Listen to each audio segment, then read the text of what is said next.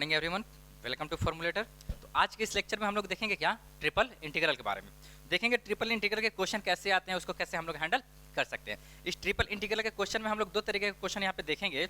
एक क्वेश्चन वो देखेंगे जिसमें हमारा लिमिट सारे कांस्टेंट हो, दूसरा वो देखेंगे जो हमारा लिमिट वेरिएबल में हो। तो देखते हैं कि उस टाइप के क्वेश्चन क्या है और उसको कैसे हम लोग सॉल्व करते हैं। तो बात करते हैं सबसे पहले क्या, हम ट्रिपल इंटीग्रल का।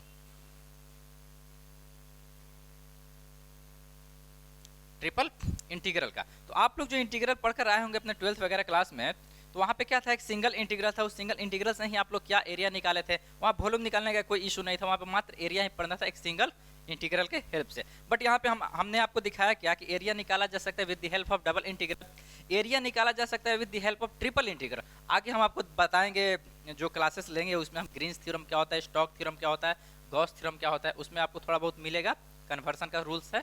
तो यहाँ पे पहले देख लेते हैं हम लोग क्या, ट्रिपल इंटीग्रल के बारे में। कौन से फॉर्म में यहाँ पे पढ़ने वाले हम लोग क्या, कार्टेशियन फॉर्म। तो चलिए कार्टेशियन फॉर्म के क्वेश्चन को बनाते हैं ट्रिपल इंटीग्रल का। इससे पहले क्वेश्चन का हम सिलेक्शन लेते हैं। मान लेते हैं कि हमारे पास कोई क्वेश्चन है, यहाँ देखिएगा, यहाँ एक क्वेश्चन है, ये देखिए क्वेश्चन है triple integral over region R. कोई एक फंक्शन ले लेते हैं हम, क्या यहाँ पे x plus y plus z, और जैसा कि ट्रिपल इंटीग्रल है तो dx dy और dz। तो एक तरीके से अगर देखा जाए इस क्वेश्चन को, अगर एक तरीके से देखा जाए तो ये आपको क्या दिख रहा है, ये आपको कुछ और नहीं दिख रहा है, ये आपको क्या दिख रहा है, वॉल्यूम दिख रहा है। क्या दिख रहा है, वॉल्यूम दिख रहा है। इस क्वेश्चन में अगर आप देखें तो यहाँ क्या दिख रहा है आपको, वॉल्यूम दिख रहा है। या फिर इससे पहले जो मास का एक क्वेश्चन हम वहाँ पे लिए थे, वहाँ पे बनाने के लिए उसी की तरह यहाँ पे ये दिख रहा है, जहाँ पे dx dy dz इस इंटीग्रल के साथ क्या, वॉल्यूम को रिप्रेजेंट कर रहा है। और इनके साथ ये फंक्शन एक मल्टीप्लीकेशन है जो कि x y z में क्या है, वेरिएबल है, कि तीनों कोऑर्डिनेट में है, x axis y axis z axis. तो पता चल गया ये कार्टेशियन फॉर्म है। और ये क्या है आपका, तीनों में x y z में है। तो कहीं ना कहीं ये डेंसिटी का काम कर रहा है। किसका काम कर रहा है, डेंसिटी का काम कर रहा है। अगर ये लिमिट हमको पता चल जाए तो जो हम फाइनल इसका वैल्यू निकालेंगे तो ये कुछ और नहीं, मास ही निकलेगा। बात समझ में आया जो हम कहना चाह रहे हैं आपको। ये dx dy dz ये ट्रिपल सक्सेसिव इंटीग्रल के साथ क्या है, वॉल्यूम को रिप्रेजेंट कर रहा है। इसके साथ ये फंक्शन क्या, एक मल्टीप्लीकेशन का फंक्शन है जो कि क्या, डेंसिटी की तरह ही ट्रीट कर रहा है, जो कि x y z में क्या है, ये वेरिएबल है। तो वॉल्यूम इनटू डेंसिटी का ही प्रोडक्ट क्या होता है, आपका मास होता है। तो ओवरऑल ये जो क्वेश्चन आपको दिया गया है वो क्या है, वो मास का ही क्वेश्चन है। ठीक, अब हम यहाँ पे लिमिट के बारे में बात करते हैं। तो चलिए लिमिट अगर ले लें, लिमिट यहाँ पे देखिए हम एज्यूम करते हैं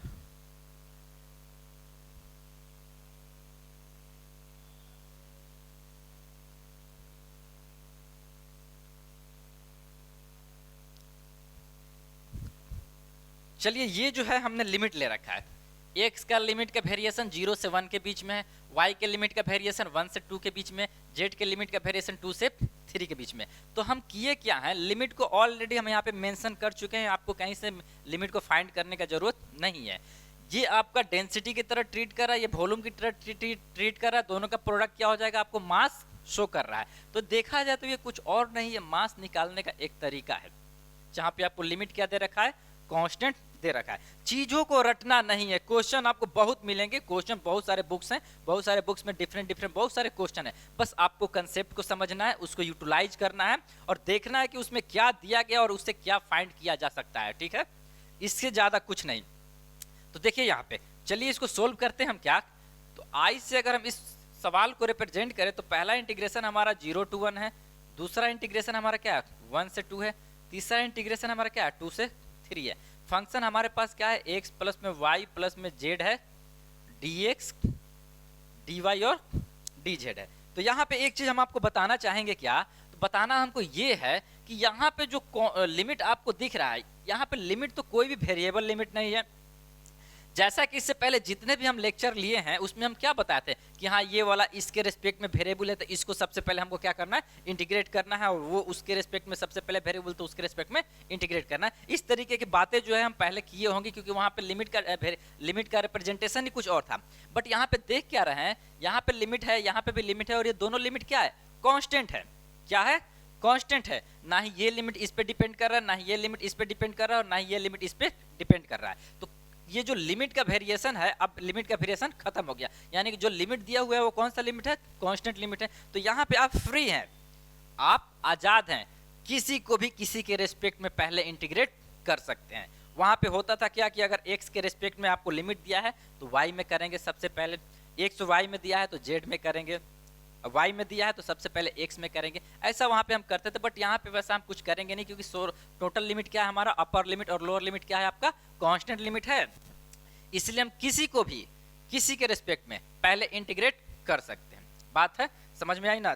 चलिए यहाँ पे देखते हैं, I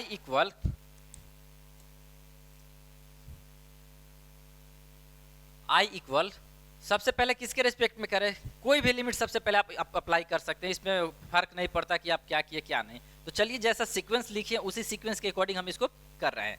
तो पहला वाला लिमिट हमारा 0 to 1, 1 to 2। यहाँ देखिए x plus y plus z है, इसको हम z के रेस्पेक्ट में क्या करें, सबसे पहले इंटीग्रेट कर रहे हैं। जब z के रेस्पेक्ट में इसको सबसे पहले इंटीग्रेट करेंगे तो वैल्यू क्या निकल के आएगा, यहाँ देखिए x प्लस वाई प्लस में जेड का whole square divided by 2। Upper limit हमारे पास कितना है 3, लोअर लिमिट कितना है 2 dx और dy, इतना आपको निकल के आएगा। हम डायरेक्ट कर दिए हैं यहाँ पे इंटीग्रेशन, क्योंकि क्या है सब एक लीनियर फंक्शन है। जब सारे के सारे एक लीनियर फंक्शन है तो किए क्या है, वही होता है, फंक्शन है उसका स्क्वायर डिवाइडेड बाई 2, तो फंक्शन है उसका स्क्वायर डिवाइडेड बाई 2, वही वर्क किए अपर लिमिट माइनस में लोअर लिमिट। अब जहाँ जहाँ भी आपको जेड दिखे, क्योंकि जेड के रेस्पेक्ट का बात कर रहे हैं ना, जहाँ जहाँ भी अगर आपको जेड दिखे, मैटर नहीं करता जेड दिखे वाई दिखे, आप किसी को भी रख सकते हैं। तो हम ऐसा एज्यूम करते हैं कि सबसे पहले हम जेड के रेस्पेक्ट में क्या किए हैं, इंटीग्रेट किए हैं। तो आई का वैल्यू हमारे पास कितना हो गया आपका 0 to 1 एंड 1 to 2, और 1/2 आपका क्या है कांस्टेंट है, इसको बाहर कर दिए हैं। अपर लिमिट क्या है x प्लस में y प्लस में z, और z की जगह कितना है आपका 3, माइनस में लोअर लिमिट आपका कितना है x प्लस में y प्लस में 2 का होल स्क्वायर, इतना dx और dy, ये आपका वैल्यू निकल के आया। अपर लिमिट माइनस में लोअर लिमिट, जहां जहां भी जेड था वहां वहां पे अपर लिमिट और लोअर लिमिट का वैल्यू रख दिए हैं, और इतना माइनस में इतना हम कर दिए हैं। अब देखिए क्या है, यहां देखिए आई, ये मार्कर रन नहीं कर रहा है,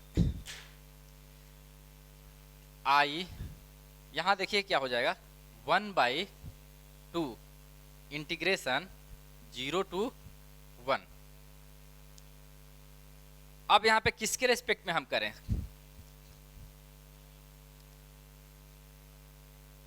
किसी के भी रेस्पेक्ट में करिए। तो देखिए हम y के रेस्पेक्ट में कर रहे हैं, यहाँ पे y के रेस्पेक्ट में करेंगे तो सब्स्टिट्यूशन यहाँ पे अप्लाई कर लेते हैं ताकि प्रॉब्लम ना हो। पुट p बराबर x प्लस में y प्लस में 3, dp बराबर में dy, इतना निकल के आ गया। यहाँ देखिएगा i इक्वल वैल्यू कितना हो जाएगा, इंटीग्रेशन 1/2 आपका क्या है कांस्टेंट है, 0 to ये 1 हो गया, एक लिमिट हमारा क्या है 1 to 2 ले लेते हैं, और x plus y plus 3, x plus y plus 3 का वैल्यू कितना है p है, उसका square minus x plus y plus 2 है, ये भी आपका क्या जाएगा, इसको p डैश ले लेते हैं, p डैश, या फिर आप इसको ऐसे देखिए ये p1 का स्क्वायर ले लेते हैं यहाँ पे इतना, और जो dy है dy dp के बराबर है, dp के बराबर है, इसको हम ऐसे कर लिए इंटू dx ले लिए, कोई दिक्कत यहाँ पे नहीं है, क्योंकि P1 जो लिए हैं यहाँ पे अगर 2 रख देंगे तो वो P1 का वैल्यू हो जाएगा। अब देखिए इसको कर क्या रहे हैं, इंटीग्रेट करते हैं, तो I बराबर 1/2 इंटीग्रेशन 0 to 1 P का पावर 3 डिवाइडेड बाई 3 माइनस में P1 का power 3 divided by 3। Upper limit कितना है आपका 2, लोअर लिमिट कितना है 1 dx, कोई दिक्कत यहाँ पे नहीं है। तो I का वैल्यू हमारे पास आ गया 1/2 इंटीग्रेशन 0 to 1। थोड़ा सा इसको रीअरेंज कर लें तो P बराबर कितना है x प्लस वाई प्लस 3 है, एलसीएम 3 ही निकल के आएगा तो यहाँ पे हो जाएगा आपका 6। तो x प्लस में y प्लस में 3 का पावर 3 माइनस x प्लस में y प्लस में 2 का पावर में 3, क्योंकि यहाँ जो P1 लिए हैं वो इसको लिए हैं। ठीक, अब देखिए क्या है, इसको थोड़ा ऐसे कर दें, अपर लिमिट हमारा कितना है 2, लोअर लिमिट कितना है 1, यहाँ पे आ गया आपका dx। ठीक, अब देखिए जहाँ जहाँ भी अगर आपको y दिखे वहाँ वहाँ आप अपर लिमिट पे क्या रखिए 2 रखिए और लोअर लिमिट पे भी 1 रखिए। तो I का वैल्यू हो गया आपका 1/6 इंटीग्रेशन 0 to 1। यहाँ देखिए x प्लस 2 अगर यहाँ पे रखें तो 3 और 2 कितना होगा 5 का पावर 3 माइनस x प्लस 2 यहाँ पे रखें कितना हो जाएगा x प्लस में 4 का पावर 3, ये अपर लिमिट हो गया, माइनस लोअर लिमिट यहाँ पे रखें कितना x प्लस 4, x प्लस में 4 का पावर 3 माइनस और माइनस कितना हो जाएगा प्लस x प्लस 3 का पावर 3। ये आपका इतना वैल्यू निकल के आया इनटू dx। ठीक, चलिए आगे देखते हैं।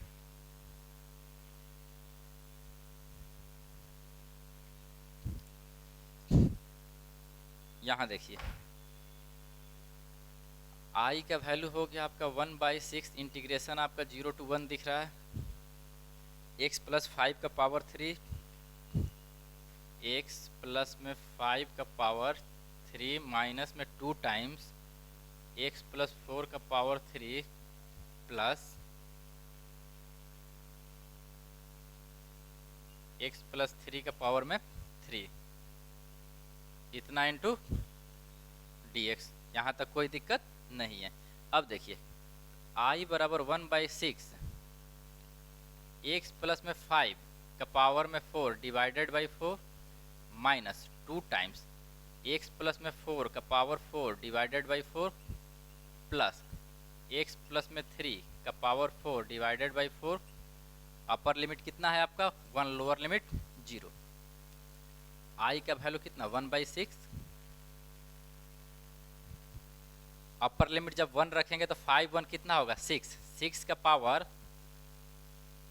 4, एलसीएम कितना है सबका 4 है तो यहाँ पे आ जाएगा कितना 1/24, यहाँ पे आ जाएगा 5 और 1 कितना 6 का पावर 4 माइनस में 2 टाइम्स 5 का पावर 4 प्लस 3 1 कितना 4 का पावर 4 माइनस लोअर लिमिट 5 का पावर 4 माइनस माइनस कितना होगा प्लस 2 टाइम्स 4 का पावर 4 और माइनस 0 रखेंगे तो 3 का पावर 4। ये हमारा इतना रिजल्ट निकल के आया। I बराबर 1/24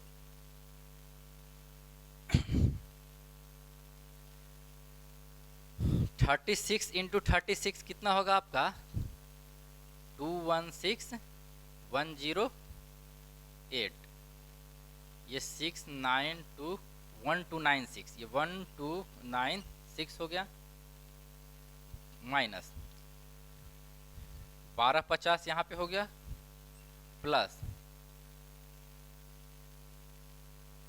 256 यहाँ पे आ गया माइनस 625 यहाँ पे आ गया प्लस यहाँ पे कितना आएगा 512 यहाँ पे आएगा माइनस ये आपका 81 यहाँ पे निकल के आएगा। बस वही प्लस वाले को प्लस के साथ और माइनस वाले को माइनस के साथ आप यहाँ पे ऐड कर दीजिए, जो आपका फाइनल रिजल्ट निकल के आएगा वही इसका क्या होगा, सोल्यूशन होगा। ठीक, तो इस तरीके ट्रिपल इंटीग्रल के क्वेश्चन के कार्टेशियन जो फॉर्म है उसको हम इसी तरीके से बनाते हैं। कब? जब आपको लिमिट जो है कांस्टेंट हो तो किसी को किसी के रिस्पेक्ट में आप इंटीग्रेट कर सकते हैं, फाइनली रिजल्ट आपका यही आने वाला है। ठीक, तो थोड़ा इसको रीअरेंज कर लेते हैं। ये है प्लस, ये प्लस है और ये प्लस है, तो ये कितना हो जाएगा 6 12 13 14।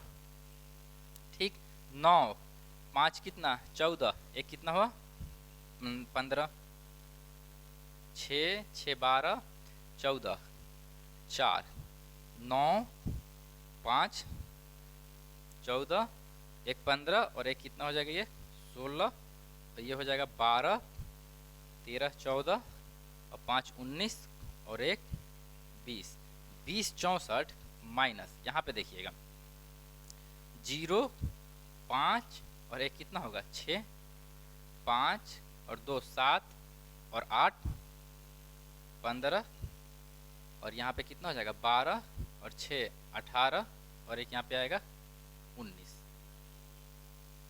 Divided by 24।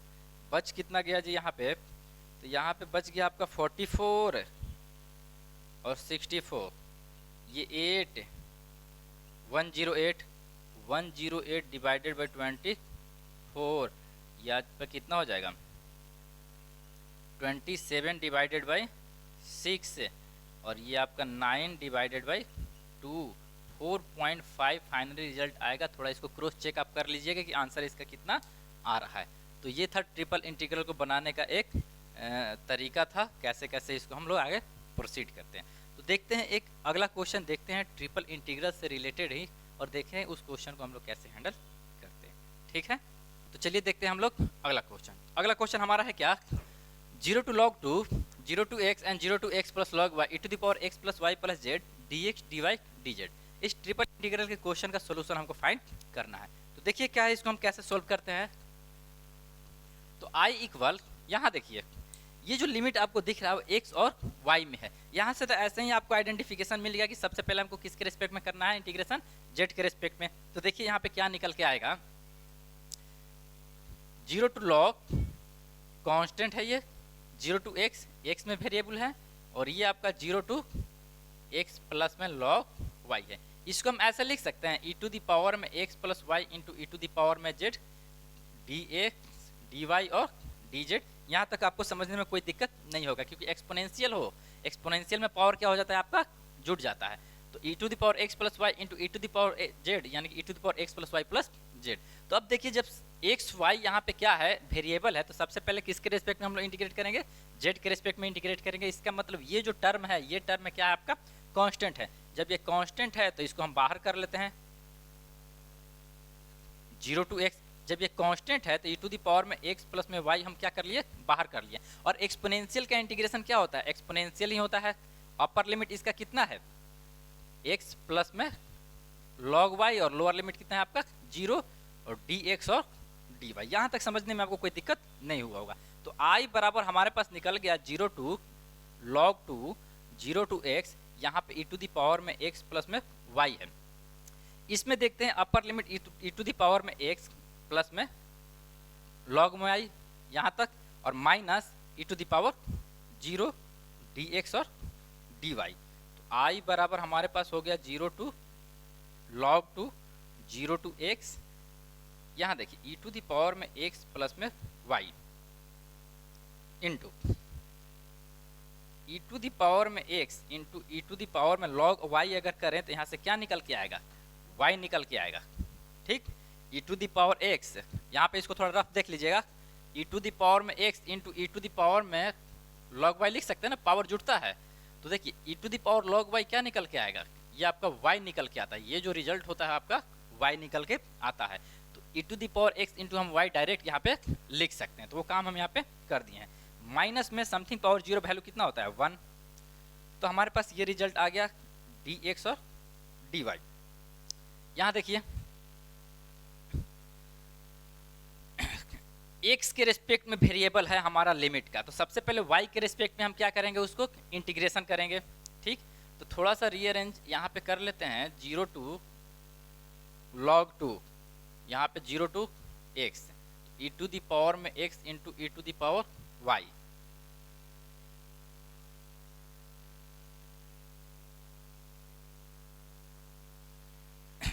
और इसका मल्टीप्लिकेशन कर दें ई टू दी पावर में एक्स इंटू वाई माइनस में 1 डी एक्स डी वाई। तो आई बराबर हो गया 0 to log 2 0 to x, multiply करिएगा इसके साथ क्या आएगा,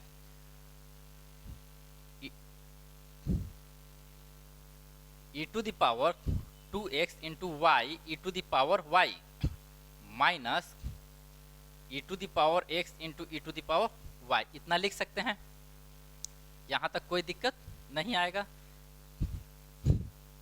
dx dy, x में वेरिएबल है तो सबसे पहले किसके रिस्पेक्ट में करेंगे हम लोग, y के रिस्पेक्ट में इंटीग्रेट करते हैं। i बराबर इंटीग्रेशन 0 टू log 2। यहाँ देखिएगा जब हम y के रिस्पेक्ट में करेंगे तो ये क्या है, टर्म कांस्टेंट है, e to the power 2x हमारा क्या है, कांस्टेंट है, इसको हम बाहर कर दिए। दो फंक्शन का क्या है, मल्टीप्लिकेशन है, आइलेट लगाएंगे तो कौन फंक्शन सबसे पहले बाहर जाएगा, ये बाहर तो होगा क्या, ये बाहर इंटीग्रेशन इसका माइनस जो बाहर था उसका डिफ्रेंसिएशन इनटू जिसका इंटीग्रेशन हो गया उसका इंटीग्रेशन, फिर ओवरऑल उसका क्या करेंगे हम लोग, इंटीग्रेशन करेंगे। तो हमारे पास ओवरऑल यही रिजल्ट निकल के आएगा, y e to the power y minus में e to the power Y.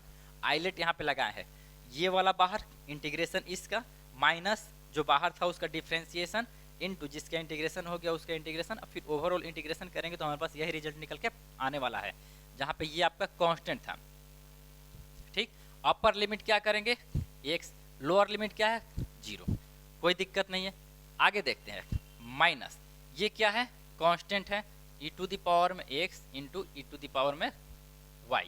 यहाँ पे लिमिट हम अप्लाई करेंगे, upper limit x lower limit 0, और ये सब क्या है, इसके अंदर है dx। तो i बराबर हो गया आपका इंटीग्रेशन 0 टू log 2। यहाँ देखिएगा ये तो आपका e to the power 2x है,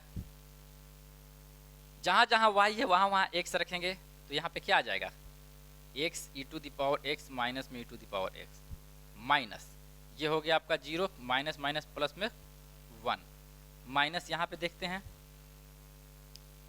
e to the power x तो अपने पोजीशन पे है, e टू द पावर में x minus something power 0 value 1, इतना निकल के आया, ये हमारा dx है। तो i हो गया हमारे पास 0 टू log 2। अब देखिए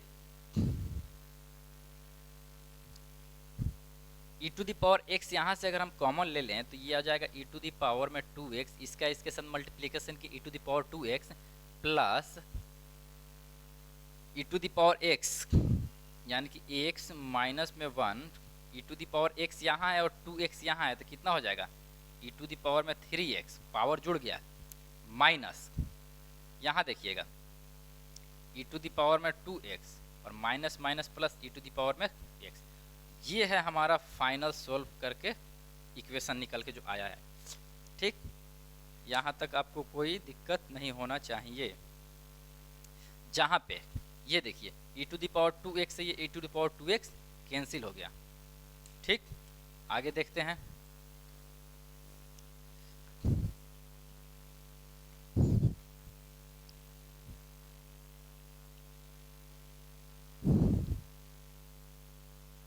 i बराबर हो गया आपका 0 टू log 2।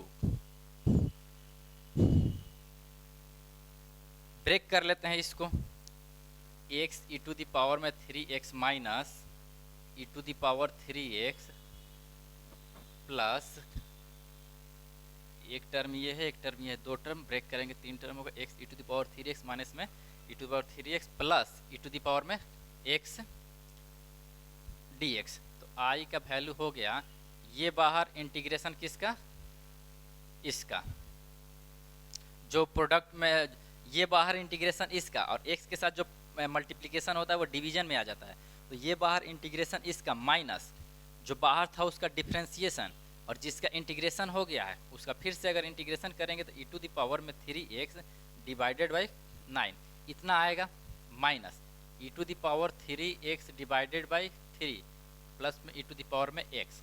अपर लिमिट आपके पास कितना है log2, लोअर लिमिट आपके पास है 0। हमारे पास ये फाइनल रिजल्ट निकल के आएगा। अब देखिए क्या है, i बराबर अपर लिमिट जब यहाँ पर लगाएंगे तो log2 इंटू e⁻³ x की जगह रखेंगे log2 divided by 3 minus e⁻³ log2 divided by 9 minus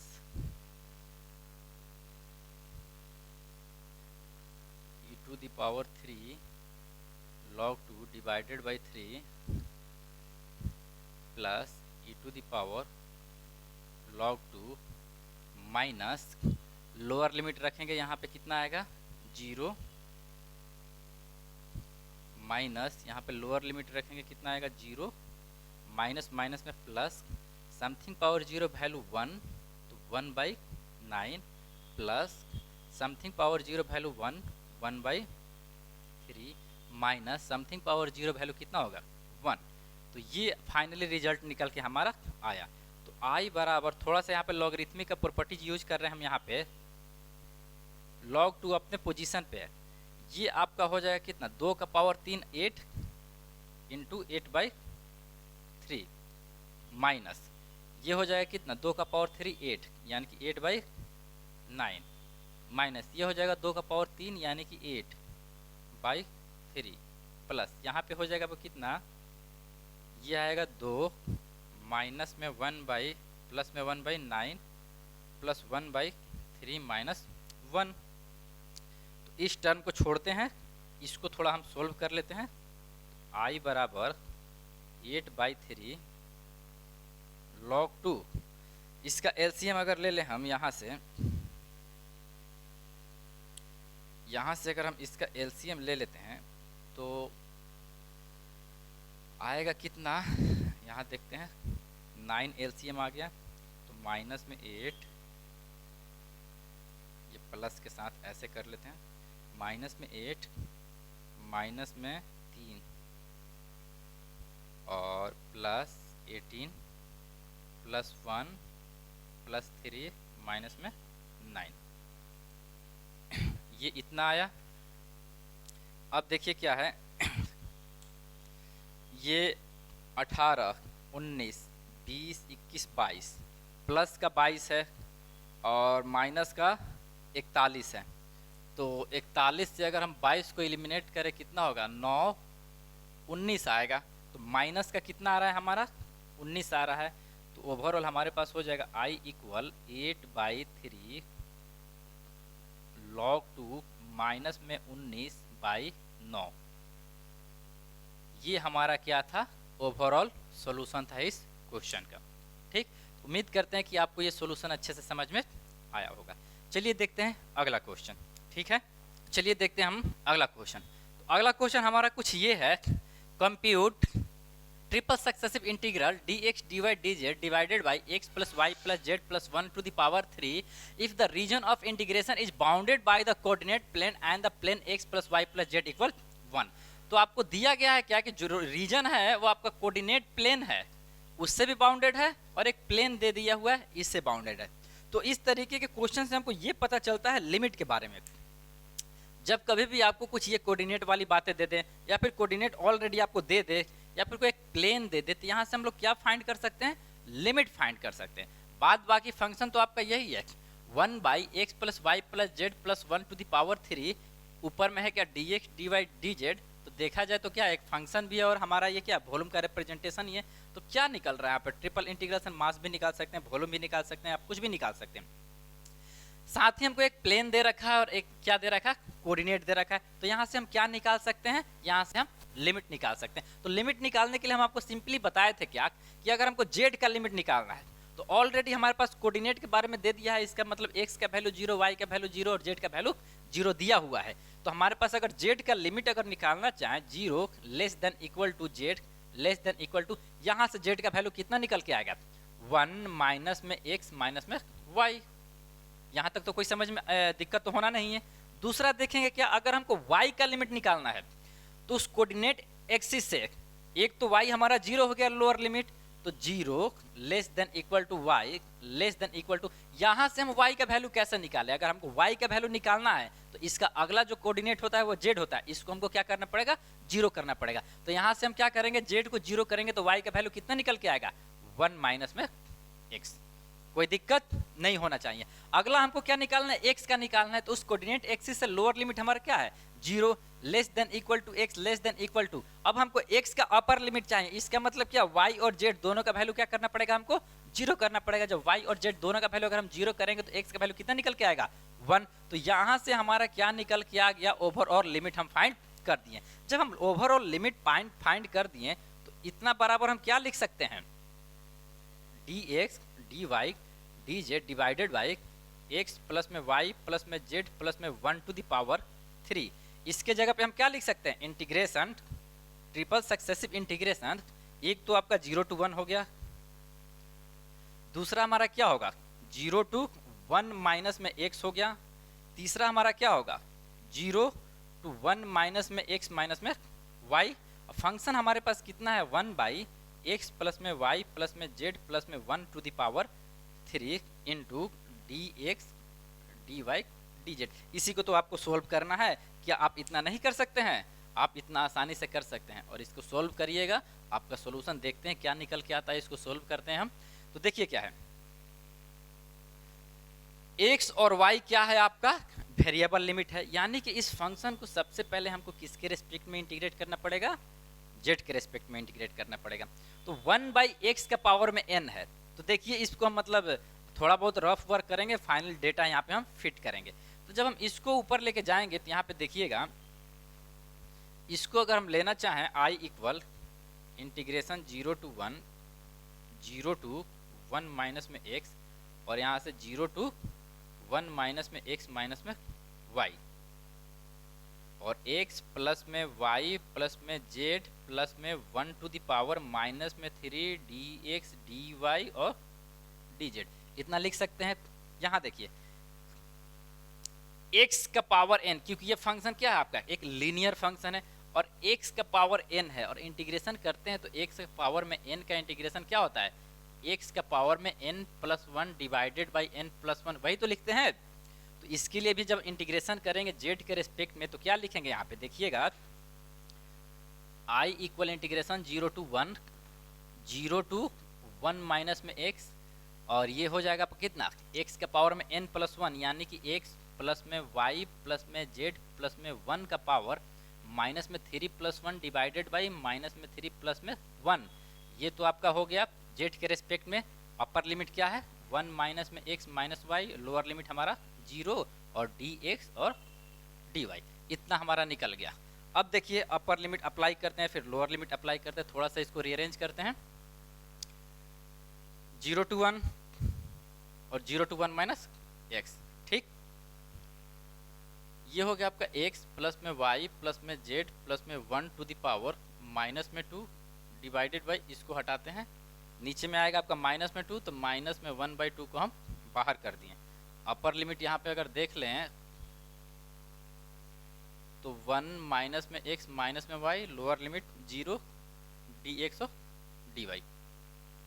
तो i बराबर माइनस में 1/2 इंटीग्रेशन 0 टू 1, दूसरा इंटीग्रेशन 0 टू 1 माइनस में x। जहाँ जहाँ z है वहाँ वहाँ 1 माइनस में x माइनस में y रखते हैं, तो x प्लस में y प्लस 1 माइनस में x माइनस में y प्लस में 1 टू द पावर माइनस में 2, upper limit minus lower limit अगर 0 रखें z की जगह पे कितना होगा x प्लस में y प्लस में 1 टू द पावर माइनस में 2, यहाँ से dx और dy निकला। तो i हो गया हमारे पास माइनस में 1/2 integration 0 to 1 and 0 to 1 minus में x। यहाँ से ये x से ये x कैंसिल, ये y से ये y कैंसिल, ये हो गया आपका कितना +1, ये भी +1, तो +2 का पावर माइनस में 2, यानी कि 2 का पावर माइनस में 2, 1/2 का पावर कितना 2, 1/4 निकल के आएगा। ये हमारा 1/4 निकल के आएगा, 1/4 minus x plus y plus में 1 का पावर माइनस में 2 dx और dy, हमारा इतना वैल्यू निकल के आया। चलिए यहाँ तक कोई दिक्कत नहीं है, इसको हटाते हैं।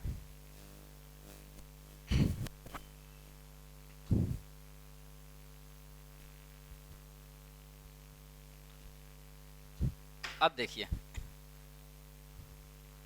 x में इसका लिमिट क्या है, वेरिएबल है, इसका मतलब इस फंक्शन को सबसे पहले किसके रिस्पेक्ट में हम लोग इंटीग्रेट करेंगे, y के रिस्पेक्ट में इंटीग्रेट करेंगे।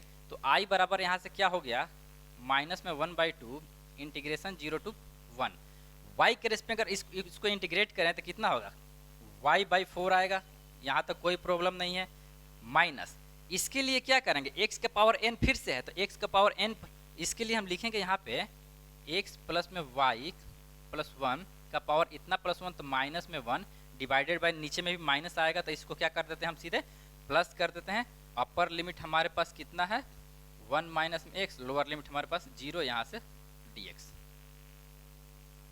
यहाँ तक कोई दिक्कत नहीं है। एक स्टेप और नीचे आते हैं, माइनस में 1/2 इंटीग्रेशन 0 to 1, यही है y/4, अपर लिमिट कितना रखेंगे, तो 1 माइनस में x डिवाइडेड बाई 4 प्लस यहाँ पे x प्लस में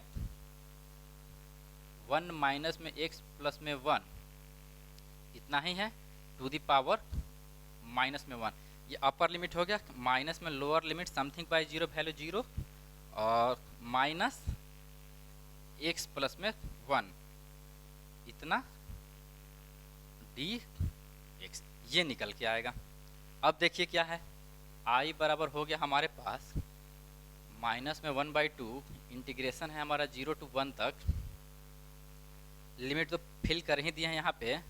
तो यहाँ देखिएगा इससे ये कैंसिल, 1 1 कितना हो गया 2, 2 का पावर माइनस में 1, यानी कि माइनस में 1/2, तो हो जाएगा आपका यहाँ पे कितना 1/4 माइनस में x/4 प्लस 1/2